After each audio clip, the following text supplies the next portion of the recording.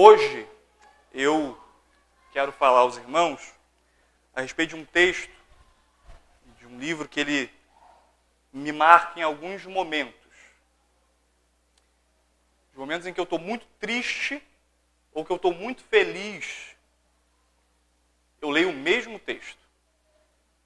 E depois de um tempo em que esse texto já fazia parte da minha vida de uma forma muito constante, eu vim a descobrir num livro de um filósofo chamado Luiz Felipe Pondé, um brasileiro, professor da USP, que este livro ele é usado na cultura judaica nos momentos em que os judeus estão muito felizes ou muito tristes.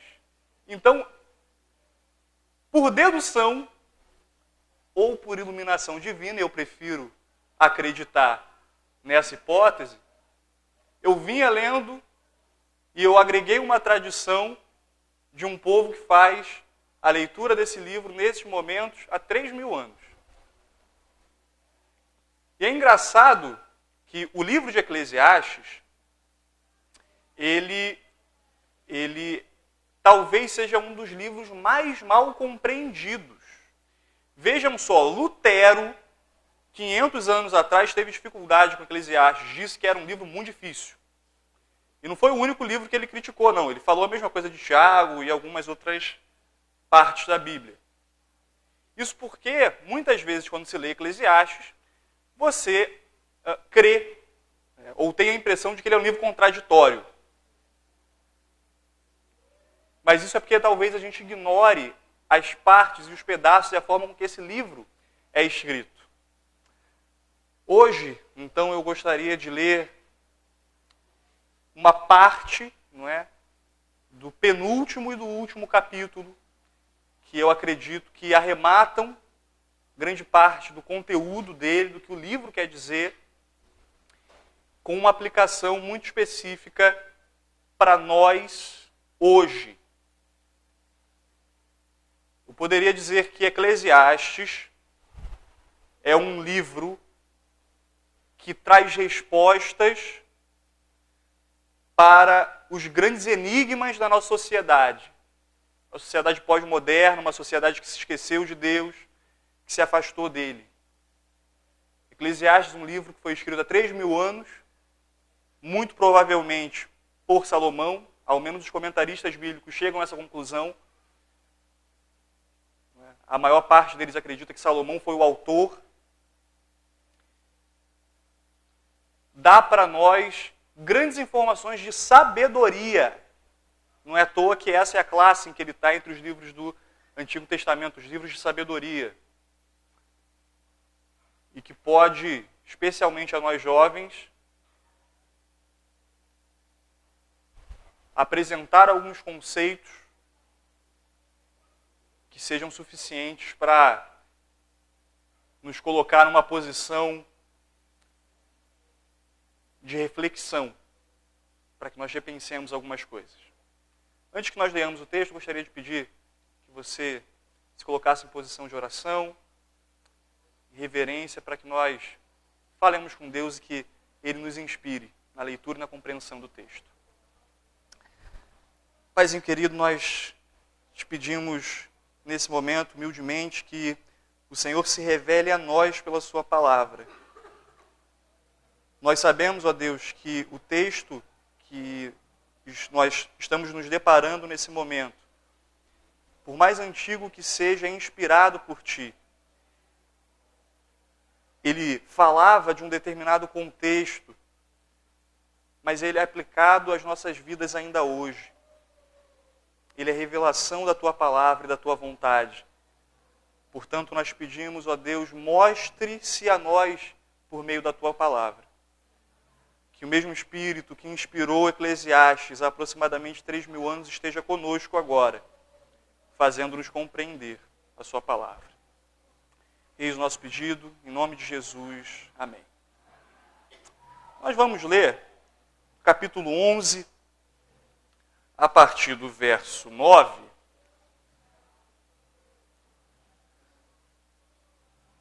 até o primeiro do 12, Depois nós pulamos para o 6, do 12. Né? A minha tradução deve estar um pouco diferente da sua, mas ela diz assim: Jovem, alegre-se em sua juventude, aproveite cada momento, faça tudo que desejar, não perca nada. Lembre-se, porém, que Deus lhe pedirá contas de tudo o que fizer. Não se preocupe com coisa alguma e mantenha um corpo saudável. Lembre-se, porém, que a juventude e a vida inteira diante de você não fazem sentido. Não se esqueça de seu Criador nos dias de sua mocidade. Honre-o enquanto você é jovem, antes que venham os tempos difíceis e cheguem os anos em que você dirá: não tenho mais prazer em viver. Verso 6. Sim, lembre-se de seu Criador agora, enquanto você é jovem, antes que o fio de prata da vida se rompa e antes que a taça de ouro se quebre. Não espere até que o cântaro se despedace junto à fonte e a roldana se parta junto ao poço. Pois então o pó voltará à terra e o espírito voltará a Deus que o deu. Algumas traduções devem ter falado vaidade no final do verso 10, não é isso? A expressão que é usada para vaidade, e aí é uma discussão relacionada à tradução, vai falar que talvez essa expressão não seja a ideal para refletir o sentido que o texto está querendo dizer. O texto não está falando de vaidade num sentido em que aparentemente a gente se depara e acredita no sentido de... O que a gente pensa em vaidade? Pensa em adornos, né? Pensa em coisas inúteis. Mas o texto não está falando muito bem sobre esse tipo de vaidade, sobre roupa. A ideia não é essa. Não é uma vaidade. A ideia do texto, vão dizer os comentaristas, os especialistas, está muito mais relacionada a uma ideia de transitoriedade. O que é isso? É a ideia de que a juventude que está sendo retratada aqui no texto, ela vai ter fim. A ideia, portanto, de vaidade, como a maior parte das nossas traduções coloca, ela não acaba sendo bem interpretada. A ideia aqui, na verdade, é dizer que tudo é passageiro. A expressão no original vai falar sobre vento. Tudo é vento. Tudo é transitório. É passageiro. Tudo passa. E nesse sentido, Salomão escreve. E na tradição, se coloca o livro de Eclesiastes como uma obra de Salomão que foi escrita no final da vida. Vamos dizer ali que Provérbios ele já era um homem mais maduro, mas ainda razoavelmente jovem. Cantares, quando ele era mais jovem de fato. E Eclesiastes é o arremate da vida dele. É como se aqui fosse uma autobiografia dele. E a gente encontra traços de uma autobiografia no texto, que vão dar conta de grandes feitos que Salomão realizou. Vai falar do tamanho da riqueza, da quantidade de veículos. Vai falar das conquistas que ele teve, de um reino de paz. Vai falar sobre os fatos mais importantes que marcaram a vida dele. E sempre que ele comenta esses pedaços da vida, ele vai terminar dizendo que tudo é vaidade. Dezenas de vezes ele repete essa informação. Tudo isso foi vaidade. Ou tudo isso foi transitório. Tudo isso passou.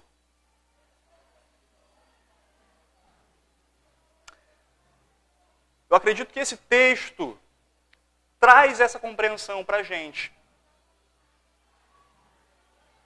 Se todo mundo estiver certo realmente, e de fato ele estiver falando do final da vida, ele está dando um conselho para os jovens a respeito de alguém que viveu tendo acesso a todas as coisas que por nós são desejadas. Se você é mais jovem agora e quer entrar na faculdade porque quer ficar mais inteligente, Salomão foi o homem mais sábio. Se você está entrando na faculdade, está indo para o teu trabalho para ganhar algum dinheiro, você pode ser multimilionário. Você não vai ter tanto dinheiro quanto Salomão teve. E isso valoriza a nossa compreensão, porque a gente está falando de alguém, e a gente está lendo relatos de alguém que alcançou o ápice do que poderia ter na vida. Todas as coisas que ele quis, diz o texto, ele realizou.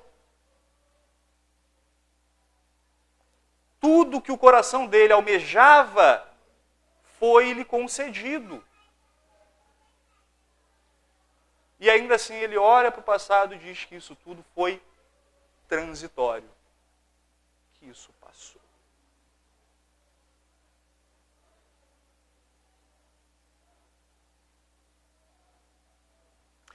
Eu fiz 21 anos anteontem.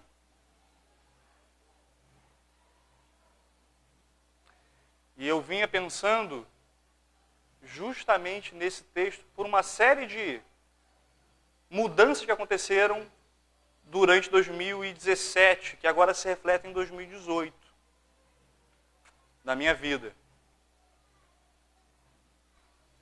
Algumas boas, outras ruins, mas todas elas necessárias. Enquanto eu parava e pensava, e analisava, e arrazoava toda essa questão, lendo mais uma vez o texto, nem feliz nem triste, mas reflexivo, eu cheguei à conclusão muito simples de que vai passar.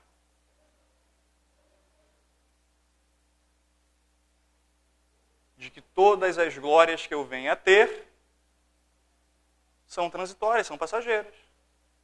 E todos os problemas que eu estou enfrentando são transitórios e são passageiros. Isso dá para nós algumas perspectivas. Uma, talvez um pouco melhor. Não é? Você está passando por um problema hoje, seu problema, como a sua vida, é passageiro. Outra é um pouco ruim, você está vivendo um momento muito bom agora, também é passageiro. E quando eu me deparo com um texto de Salomão, eu fico impressionado com o fato dele ter sido colocado 3.000 anos atrás, trazendo problemas que são problemas da nossa sociedade hoje, são problemas agora. Salomão fala sobre problemas com mulheres. Salomão fala sobre problemas com dinheiro. Salomão fala sobre investimento. No capítulo 11 mesmo ele fala sobre como administrar recursos. Não é? Fala sobre a administração da vida. Em 12 capítulos ele consegue dar grande parte das informações relevantes para você ter uma vida de sabedoria, uma vida equilibrada. E o que me impressiona é que ainda que alguns pedaços, são partes pequenas do texto, que não comprometem a essência e a mensagem central dele, sejam difíceis de se compreender, Salomão parece que está, sabe aquela questão do resumindo tudo? Olha só, você não entendeu nada do que eu falei até agora, parece que Salomão faz isso no verso final. Veja só o que ele fala, verso 13 do capítulo 12. Aqui termina meu relato. Essa é a minha conclusão.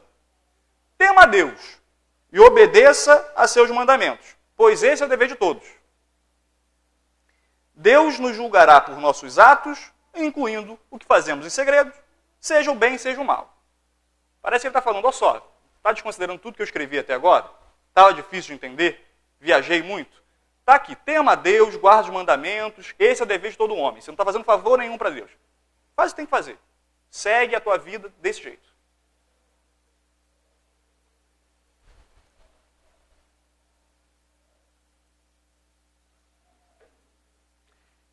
Isso explica o porquê a nossa sociedade enfrenta, talvez de forma maximizada ou mais intensa, os problemas que Salomão estava denunciando lá atrás. Nossa sociedade, ela hesita em temer a Deus e a obedecer os mandamentos dele. Ela ignora obedecer a Deus e temer a Ele. Ela faz exatamente o contrário. Exatamente o contrário. E no meio desse grande conflito, contém referências, estamos nós. Eu e você. E há alguns passos que você pode tomar ou não. O primeiro é fazer como a sociedade está fazendo, procurando o sentido da vida, a beleza da vida, no que é transitório, no que é passageiro, no que é como vento. Você pode procurar lá. Ou você pode fazer como Salomão, que teve tudo isso, em muitos momentos se afastou de Deus e no final da vida reconhece que era melhor temer a Deus, porque esse era o dever de todo homem. Há um espaço dentro de cada um de nós. Há um ensejo, há um desejo pela eternidade. Capítulo 3, verso 11, Salomão vai deixar isso muito claro. Ele vai dizer que Deus colocou no coração do homem um desejo pela eternidade. E que o homem não consegue compreender o seu caminho por esse motivo. Quando as pessoas que estão aí, os nossos vizinhos, quem não conhecem, aos que não conheceram a Cristo, ou aqueles que estiveram conosco e se afastaram, é porque havia um desejo de eternidade que não estava preenchido. Quando isso acontece com pessoas que não tiveram acesso a Cristo, é compreensível que haja uma busca desenfreada em tudo que é tipo de prazer, passageiro, efêmero, mas não a nós. Sabe que tem meu avô, na semana passada, fez um cruzeiro. Vocês sabem que as pessoas, quando viajam, ficam muito felizes, né? Ele enviou dezenas de vídeos para nós de dentro do cruzeiro, super feliz, mostrando a rota que ele fez. E aí isso me lembrou uma história que eu li um tempo atrás, né?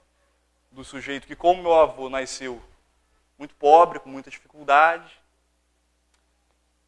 mas, diferente do meu avô, ele não conseguiu realizar esse sonho do cruzeiro depois que teve alguma condição de vida mais estável. Não, ele realizou o sonho do cruzeiro quando ele era pobre. O que ele fez? Deixou de almoçar, não é? Economizou todo o dinheiro que tinha, foi lá e depois de mais de um ano de economia ali, guardando todo o dinheiro que tinha, ele foi lá e comprou a passagem para o cruzeiro. Só que tinha um problema. Ele tinha a passagem para o cruzeiro. O que ele ia comer lá dentro, se ele não tinha dinheiro? E cruzeiro é caro. Ele foi, comprou pães, colocou na mala com creme de amendoim e falou: tenho o suprimento necessário para uma semana, que é a minha viagem.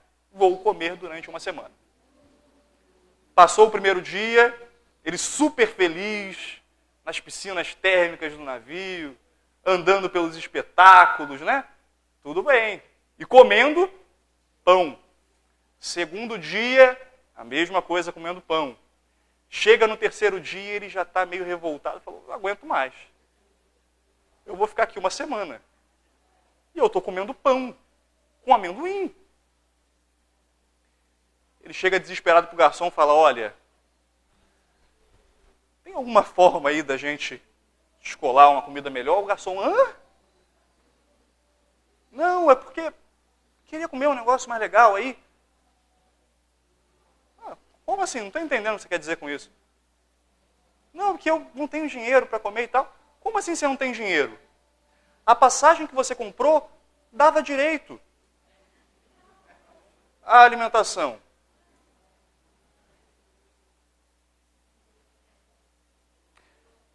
Essa história pode parecer ridícula, mas ela é reflexo do que cada um de nós fazemos quando somos cristãos, conhecemos a Deus e vivemos de mimimi o tempo inteiro. E talvez a nossa insatisfação com Deus esteja se dando porque somos cristãos nominais. Nós ainda não o conhecemos. A gente está no navio, comendo pão, enquanto tem banquete disponível.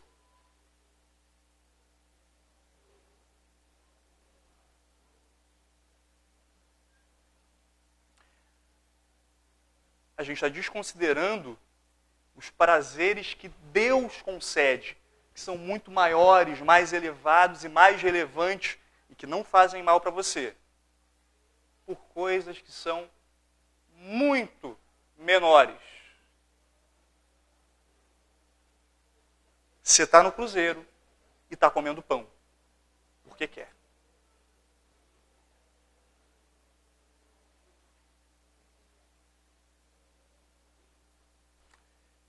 Deus tem o interesse de que sejamos felizes. Deus deseja que estejamos satisfeitos nele. E Ele quer a nossa reverência. Essa não é uma barganha. Isso é algo que Ele concede. Mas a gente, que se acha muito inteligente, está preferindo comer pão.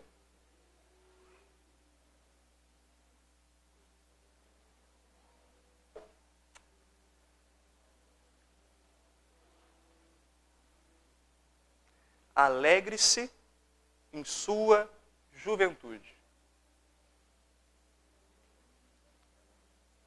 O tempo da juventude não poderia ser visto como o mais propício para o afastamento de Deus.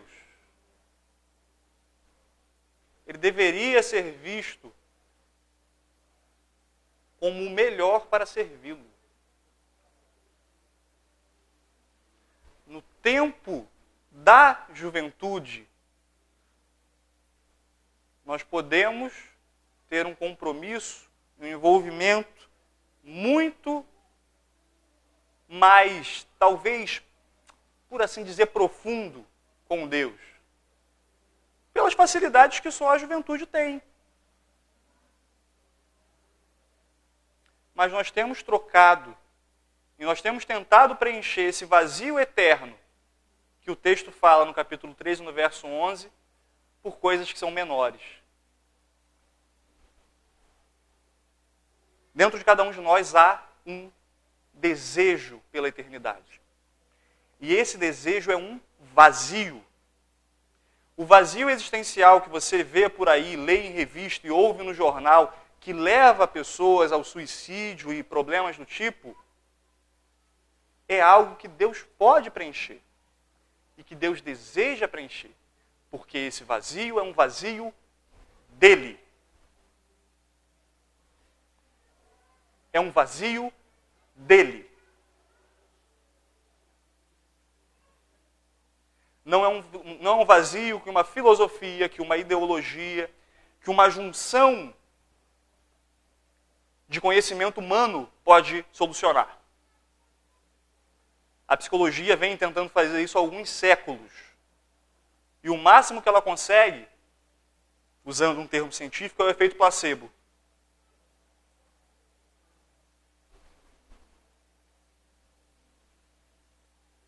Vai lhe enganando, vai lhe engodando e vai empurrando com a barriga a situação. E por que as pessoas passam por tantos vazios existenciais? Porque a existência delas não está firmada em Deus. A solução para o vazio existencial é preencher o desejo de eternidade que foi posto no coração do homem por Deus pela solução que Ele dá.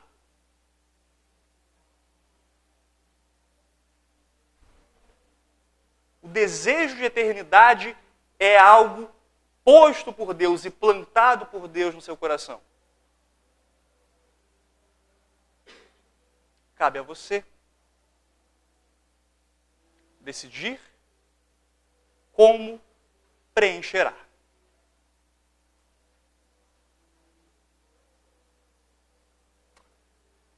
Você pode buscar naquele que na criação decidiu ter um contato com você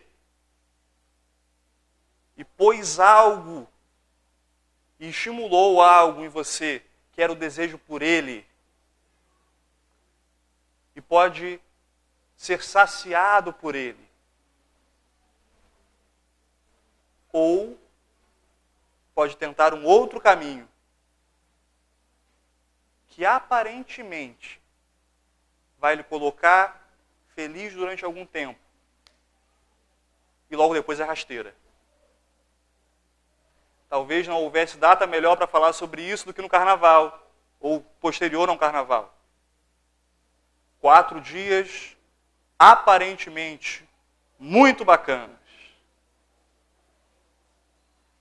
4 dias extremamente envolventes.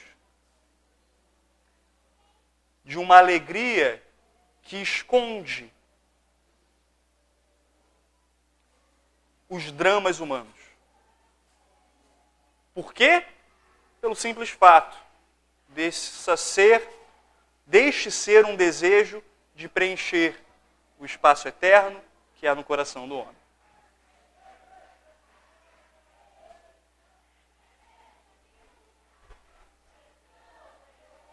O que nós faremos quanto a isso?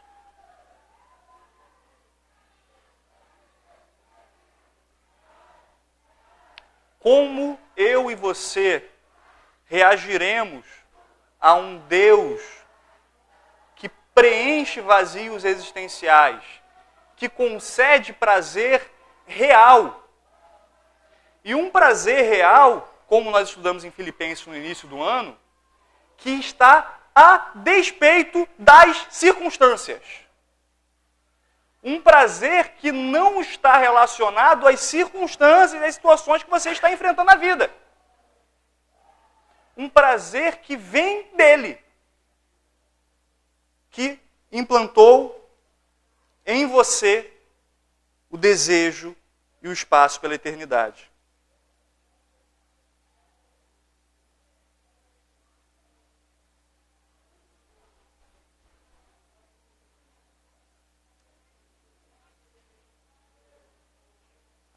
A nós fica mais do que uma reflexão, mas um apelo. Nós temos tido acesso e temos sido chamados e temos ouvido a voz de um Deus que deseja preencher os nossos vazios, que deseja oferecer-nos verdadeira alegria e felicidade. Mas o temos abandonado, recusado, afastado por prazeres que são absolutamente efêmeros, que são temporários e que não preenchem o espaço pela eternidade.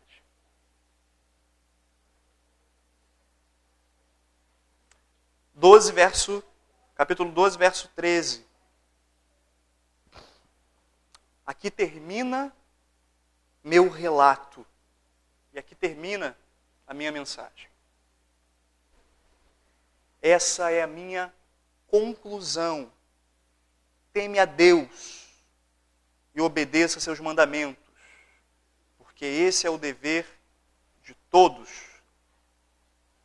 Deus nos julgará por todos os nossos atos, incluindo o que fazemos em segredo, seja o bem, seja o mal. 6. Lembre-se de seu Criador agora, enquanto é jovem. 12:1. Não se esqueça do seu Criador nos dias da juventude. Honre-o enquanto você é jovem. 11, verso 9. Alegre-se em sua juventude. Aproveite cada momento. Faça tudo o que desejar. Não perca nada. Lembre-se, porém, que Deus pedirá contas de tudo que fizer.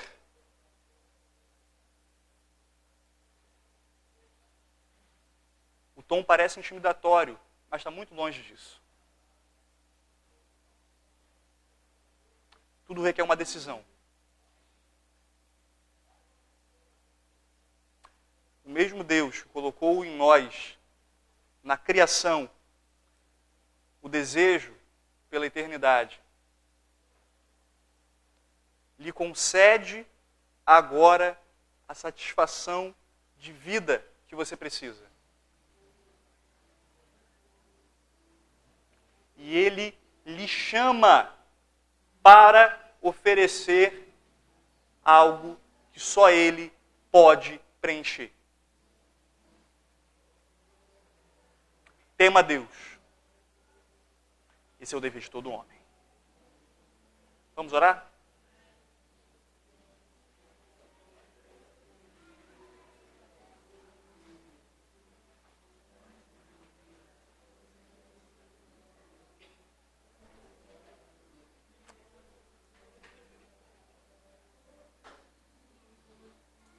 Pai eterno, nós te agradecemos de forma muito especial pela oportunidade que tivemos de ouvir a sua palavra e de cultuar no fim deste sábado.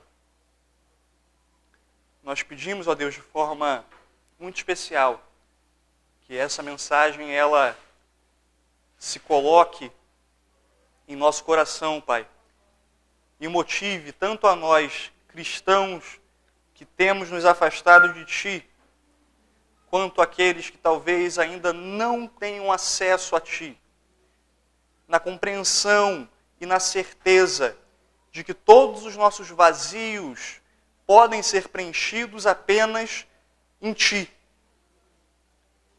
Que apenas, ó Deus, aquele que é eterno e que nos criou, tem a capacidade de preencher-nos e de nos dar sentido à vida. Te pedimos isso, ó Deus, para que nós possamos encontrar verdadeira alegria em Ti. Nós não acreditamos, ó Deus, que o cristianismo seja uma religião de sofrimentos, pura e simplesmente, mas acreditamos que, a despeito dos sofrimentos, sentiremos paz, conforto e alegria que vem de Ti. Sabemos, ó Deus, que isso é uma concessão Tua, que nos faz almejar o céu, que nos aproxima de Ti. E, Pai, para que sintamos, e para que conquistemos, para que recebamos toda essa satisfação, alegria e felicidade, nós te pedimos, envia seu Santo Espírito, comunique-se a nós, fale conosco, mostre-nos a Deus, se necessário por meio do sofrimento, que apenas em Ti nós encontramos satisfação para a alma, que só em Ti, nosso Criador, que desejou e que ainda deseja o nosso bem e a solução de todos os problemas trazidos pelo pecado, nós encontraremos real plenitude de vida. Ajuda-nos, ó Deus, a recusar os convites que para nós são como carnaval. nos concedem um êxtase breve, mas são acompanhados de uma tristeza profunda, pelo simples fato de não serem eternos e não serem concedidos por Ti, que assim és. Pai, conduz a vida de cada um dos jovens que está aqui. Faz-nos entender que só em Ti nós encontraremos felicidade, alegria, descanso. E que o nosso caminho, ó Deus, natural, e o nosso caminho ideal na vida é tão somente a volta para Ti, o nosso Criador. Que a missão de cada um de nós, ó Deus, é honrar-Te, é obedecer-Te, porque esse é o dever de todo homem. E dá-nos também, Pai, a certeza de que, em meio às nossas provações, às nossas tentações, que aos nossos conflitos existenciais, nós não troquemos a primogenitura por prato de lentilha. Que nós apenas cumpramos a Tua vontade. Saibamos que todas as decisões de hoje refletem num futuro eterno. Futuro eterno esse, ó Deus, que de acordo com a Tua vontade é ao Teu lado, é junto a Ti, no céu, sentindo real prazer, alegria e felicidade, que nunca mais, por circunstância nenhuma, serão retirados. Esse é o nosso pedido, ó Deus, seja conosco. Em nome de Jesus, amém.